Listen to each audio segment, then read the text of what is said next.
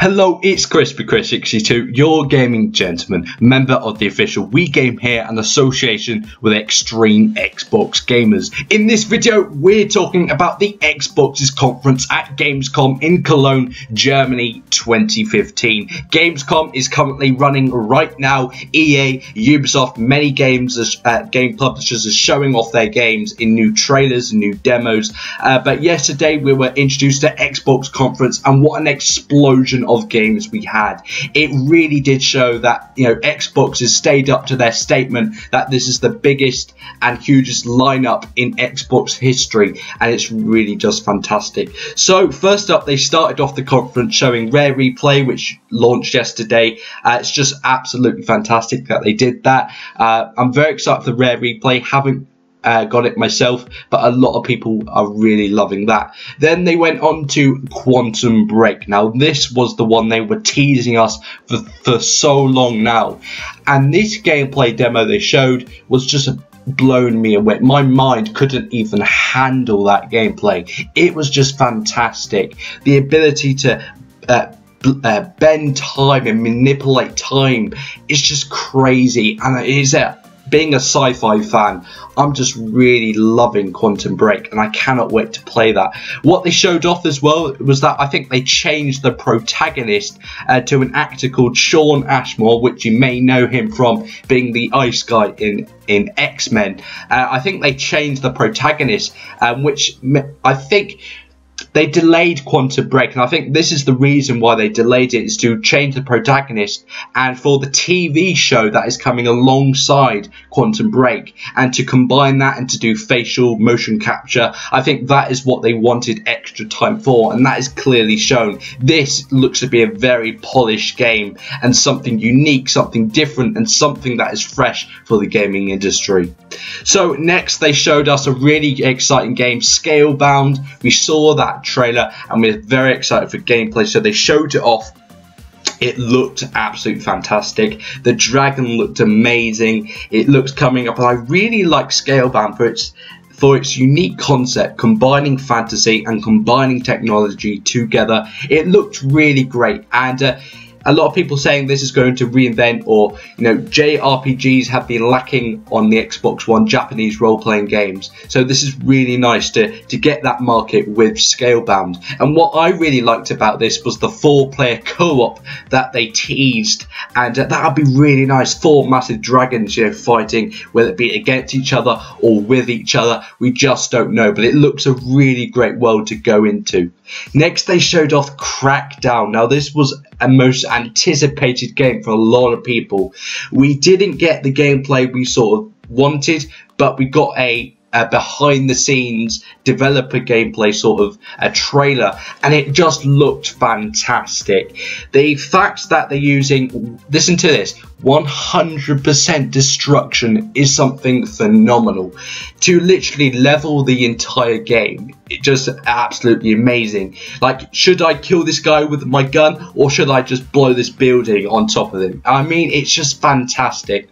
And with the power of the cloud, yes, that still does exist. We haven't seen much of the cloud ever since Titanfall, so it's really nice to actually someone say the cloud still exists and it's real, and this is what we can do with it. So the cloud can do 20 times the power in your Xbox One for Crackdown, as we saw a couple of tech demos earlier in the year. So it's really nice. Next, we've shown some of the other exclusives Microsoft has got. Halo 5, we were shown a new map, Colossus I think it's called, and about that Halo 5 is going in the tournament route, and it's just really nice to see that competitiveness and how multiplayer is going to be focused on esports, and that's really nice about that, and I think that's going to be really great. Personally, I'm very excited about the multiplayer, as you know, big fan. I'm also really excited about the single player as well. Next, we got Rise of the Tomb Raider. What a fantastic demo it was. What was great about this demo, they showed off a new environment, and not the snowy environment, but this new environment, and it looked fantastic. These games are looking incredible. This one really did show off really well. I just like it's 3 times bigger than the than the Tomb Raider game, so it's going to be really nice. And the fact that you can use really much anything in the environment, a broken bottle, a knife, a broken branch, whatever, you can use that against the enemies and be like guns blazing, or just going really stealthy. And I think that's what's going to be really nice. Very excited about this game. Next, we got some third-party stuff. We had Homefront Revolution, which this game to me spoke to my heart because I loved Homefront. A lot of people didn't like it, but it has a thing for me. And from that trailer where that little boy is being forced to say that script, it's just really fantastic. Then they showed off some online access going to console first for the Xbox One. Really nice, really great ways, using the drones to spot out, and using the motorcycle across all the buildings. It looks fantastic, and upgrading your weapon on the go. I'm really excited about that. They showed off some Rainbow Six Siege. That's coming multiplayer. I think beta's coming first for Xbox console. Very exciting. We were introduced to a lot of indie titles. There was a lot of indie titles. Some that I'd completely forgotten the names of, but one title in particular spoke to me, We Happy Few, which was a mind crazy.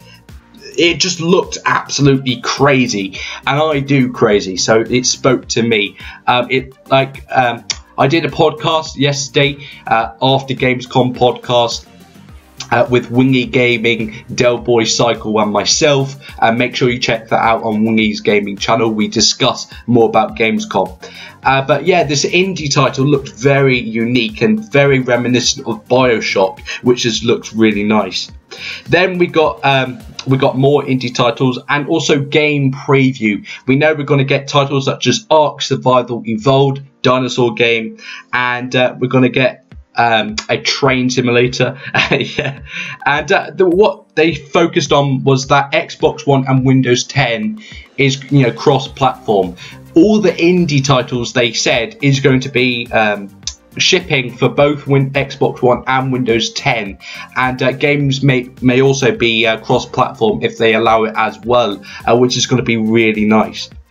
Now we got third party, we got Just Cause 3, and we got Dark Souls 3, some really nice. A lot of people were really loving those games. I myself am a big fan of Just Cause 3.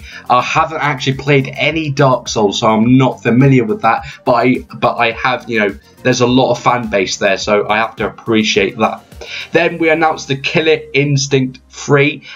You won't believe this, but one of the Battletoads characters is in Killer Instinct, and as you saw from the gameplay that I was showing you, I got my hands on with that.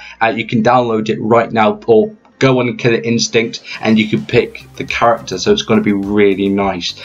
So overall, it was just absolutely fantastic. We got a lot of great titles. We also got features as well. Backwards compatibility is coming to the Xbox One this November. The Xbox One is getting a full-featured DVR functionality. I think it's only available for those with the TV tuner. I myself don't have to worry about that because I'm with Virgin and cable and I record it straight away from there. But it's really nice and really easy for those people who have that tuner. Maybe you have a tuner and really excited about this feature, and it's there. A new Halo 5 console, which looked incredible. Unfortunately, I don't think I'll be picking up a new console, but it just looks fantastic. The Xbox One got a chat pad. Looked very nice and reminiscent of the 360 chat pad. Very nice. And overall, it's just a fantastic Gamescom. And how did I miss this out? But Halo Wars 2 was announced for Xbox One and Windows 10. I played Halo Wars and really did like it. It was very different, and that's what I really liked about it. A lot of people liked the strategicness, being in the Halo Wars world and universe on a strategic game. A lot of people loved that, and a lot of people wanted the sequel, so it's very happy to announce Halo Wars 2. It's very exciting. And what was so great about this Gamescom is they showed off a lot of things. They literally nailed every game that showed. And, you know, I had an idea in my head of what, you know, Quantum Break, Scalebound and Crackdown would look like, and this like beat my expectations more than what I thought it was going to be. So it's really great. There's still a lot of game announcements coming. A lot of game announcements probably being released today. So I thought I'll just bring this video to you guys to show my thoughts on the Gamescom. I thought it was a great Gamescom conference. Xbox really did stand true to their title, and it's just brilliant. E3 got me hyped, but Gamescom got me even more hyped. And I'm so happy that I picked up the Xbox One console, because there's so many exclusive games coming to the console, and it's just brilliant, and I thought it was really great. In the podcast, I gave the Gamescom, I think it was a 7 out of 10. Sure, I loved it all, but I really wanted to see another like new IP from Xbox. I think a lot of people were expecting another like new franchise or a new IP, but unfortunately that didn't happen. But never the case, it was a great Gamescom, and I cannot wait for the winter holiday season where I'll be picking up those games. So thanks very much for watching, and always thanks for your likes and shares and support, and I'll catch you on the next video.